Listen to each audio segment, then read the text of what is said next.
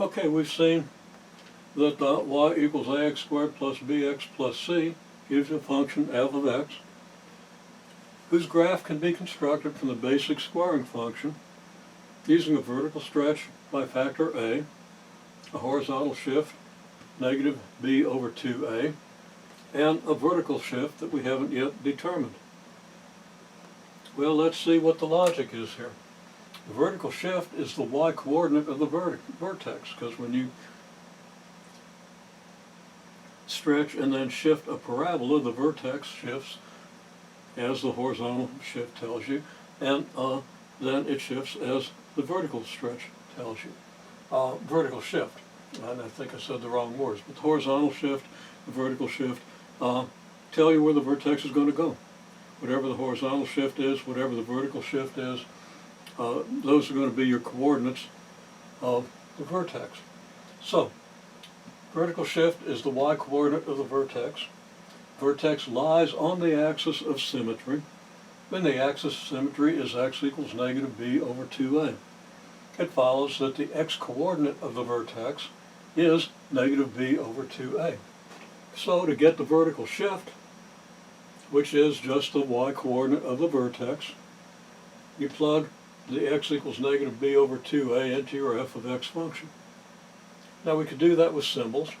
We come out with something that gives us a formula for the vertical shift, but it's much easier just to go ahead and plug in to the, or it's as easy to go ahead and just plug in here, and that you don't have an extra formula to remember.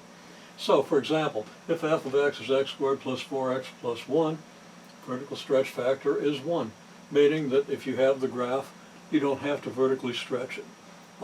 Normally, if you had a 2 in front of the x squared, you'd have to vertically stretch the basic function.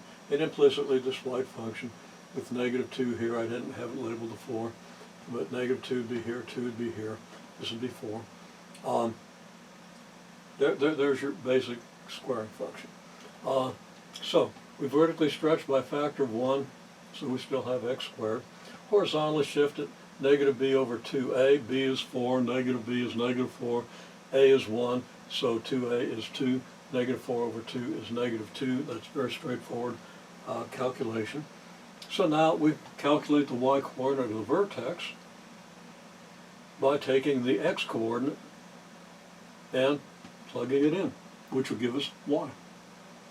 And that'll be the y-coordinate. So it'll be f of negative b over 2a, if you want to write it that way. That's f of negative 2. And then plug in negative 2, and you get, do the arithmetic, you get negative 3.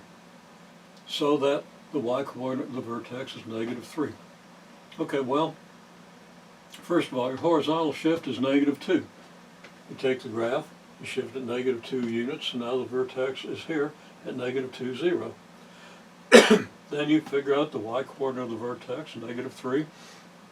So the vertex has to come down 3 units to here, and everything else comes down 3 units. We get this picture. I tried to sketch it kind of as accurately as I could with the graph, and you can never do that by hand very accurately. I kind of lucked out this time. It's mostly just luck. It turns out the zeros occurred up here pretty close to where they should.